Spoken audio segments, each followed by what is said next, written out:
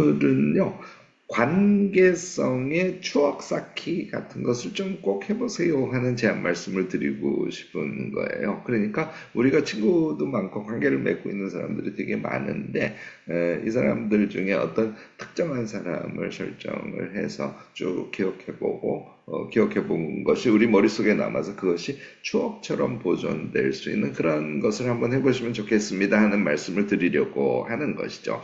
우리가 관계를 한번 잘 생각해 보시기 바랍니다. 관계는 우리의 주체적인 의지에 의해서 만들어지는 아주 예외적인 케이스도 있지만 대부분 그냥 자신에게 주어진 환경처럼 관계가 맺어지고 그 안에서 친구가 생기기도 하고 하는 그런 경험들을 우리가 하면서 살지 않습니까? 그런데 이런 관계는 우리가 조금 수동적이 되는 경우가 되게 많아요. 그러니까 관계가 그냥 관성으로 존재하는 것이죠. 심지어는 무관심이 될 수 있고요. 경우에 따라서는 아주 무성의한 관계가 될 수도 있습니다.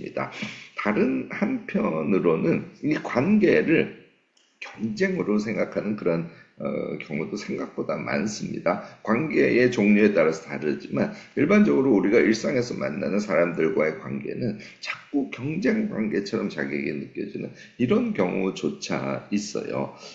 뭐 꼭 나쁘다고 할 수는 없지만 또 한편으로는 우리가 처세라고 생각하면서 관계를 자신에게 어떤 뭐랄까 유리한 또는 자신에게 이득이 된 그런 형태로 만들어가기 위해서 조금 의식적으로 하는 그런 케이스도 많죠. 그런데 그 의식이 우리를 행복감으로 이끌어주지는 않습니다. 관계라는 게 처세가 될 수는 없는 것이죠.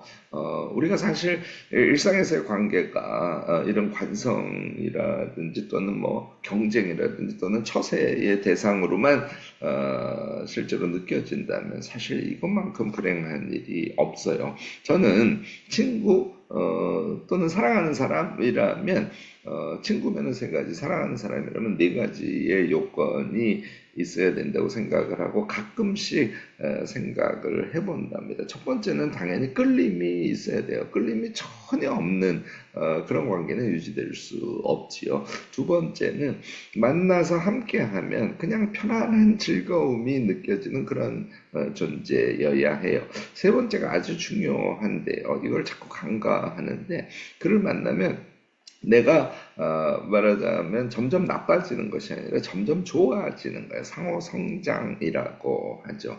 여기에 남녀 관계라면 성애를 포함한 어떤 육체적 끌림이랄까 그런 육체적 욕망이랄까 이런 것까지 포함이 되겠죠. 사실 우리가 관계를 생각하면서 이런 요소들을 되짚어보고 하지 않는 경우가 많은데 여러분들 앞으로 관계를 생각할 때는 가끔 이런 요소들이 잘 녹아들어 있는지를 한번 생각해 보시기를 권합니다. 오늘 이야기하려고 하는 것은 이제 그런 관계성의 기본에 기초해서 우리가 어떤 관계를 맺고 있는지를 한번 되돌아보실 필요가 있어요. 그래서 제가 다른 영상에서 자주 말씀드립니다만 인간관계 클러스터라는 것을 가끔씩 그려보시는 게 필요합니다. 이런 말씀을 드리죠. 뭐 학교 관계라든지 또는 직장이라든지 이사하는 거라든지 또는 종교 관계라든지 뭐 기타 여러 가지 취미 활동이라든지 이런 것들을 동그라미로 그려놓고요. 그 동그라미 주변에다가 그때 만나게 된 사람 또는 현재 만나고 있는 사람들을 메모를 쭉 해보시는 이런 방법이에요. 이렇게 해놓고 그 중에서 내가 정말 관계를 맺어가고 싶은 사람들을 선택하고 사실은 이 사람은 나에게 정말 불쾌감을 주고 도움이 안 되는 사람이야. 관계를 끊어내셔야 됩니다. 이렇게 클러스터를 그려가면서 관계에 대해서 가끔씩 한번 체크를 해보시기 바라고요. 그 중에 내가 과거에 너무너무 좋아했었는데 그리고 만나고 싶었는데 관계가 맺어지지 않은 사람들 다시 찾고 이제 이런 활동들을 하셔야 되겠죠.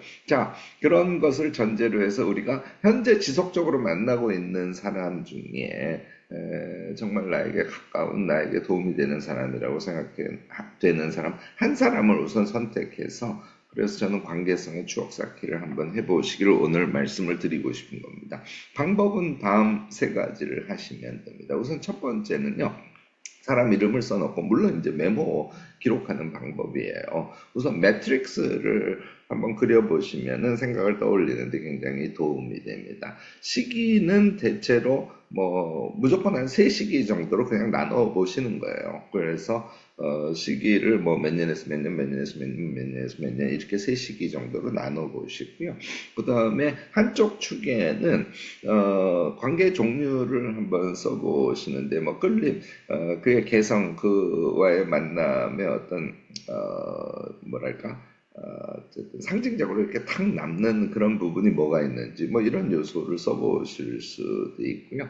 그와 함께 했던 어떤 즐거운 것들, 뭐 놀이 같은 것들, 그리고 그와 함께 했던 일들도 써보실 수 있고요. 또 성장의 계기가 되었던 어떤 경험들이 있는지 뭐 이런 요소들을 나눠서 시기를 셋으로 나눠서 그 매트릭스 안에다가 기억을 점점 자꾸 해보시는 거예요. 금방은 되지 않습니다. 매트릭스 만들어 놓고 그 종이를 계속 들고 다니면서 생각날 때마다 조금씩 더 기억해보고 메모해보고 하는 작업을 먼저 해보시기를 바랍니다. 얘를 오랫동안 하면은 상당히 많은 것들이 추억거리처럼 기억에 남으실 겁니다. 이 작업을 먼저 해보신 다음에 이게 이제 메모와 기록의 엄청난 능력인데요. 이렇게 하시면 기억이 전체적으로 종합돼요. 그리고 추억화되기 시작하는데 이때 두 번째로 제가 여러분들께 권하는 것은 그렇게 메모와 기록을 통해서 기억을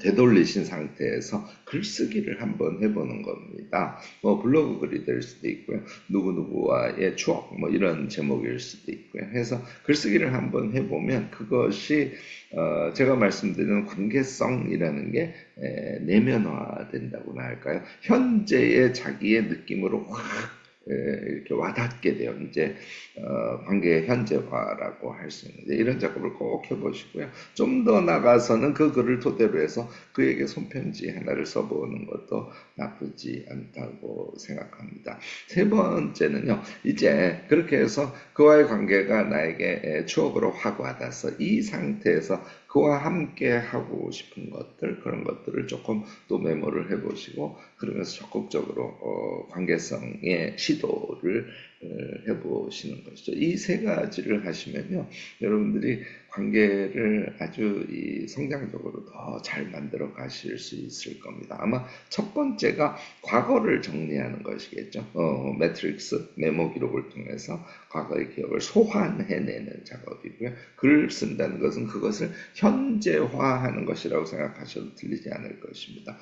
앞으로 이런 거를 했으면 좋겠어. 이게 이제 계획 같은 거로 구체화될 수조차 있습니다. 이것은 관계 미래를 상상하는 일이 되지 않을까 싶습니다. 네, 여러분들 이렇게 오늘 제가 말씀드린 대로 한 사람 우선 선정을 해서 또 그 사람에 대해서 한 다음에 한참 지난 다음에 또 다른 사람을 해볼 수 있겠죠. 오늘 말씀드린 관계성의 추억 만들기를 메모 기록 등의 방식을 동원해서 한번 재미있게 해보시기를 권합니다. 네, 오늘 김 교수님 매일 5분 강의는 여기까지 하고요. 저는 내일 아침에 다시 또 여러분들 찾아뵙도록 하겠습니다. 내일 뵐 때까지 모두 안녕. 안녕.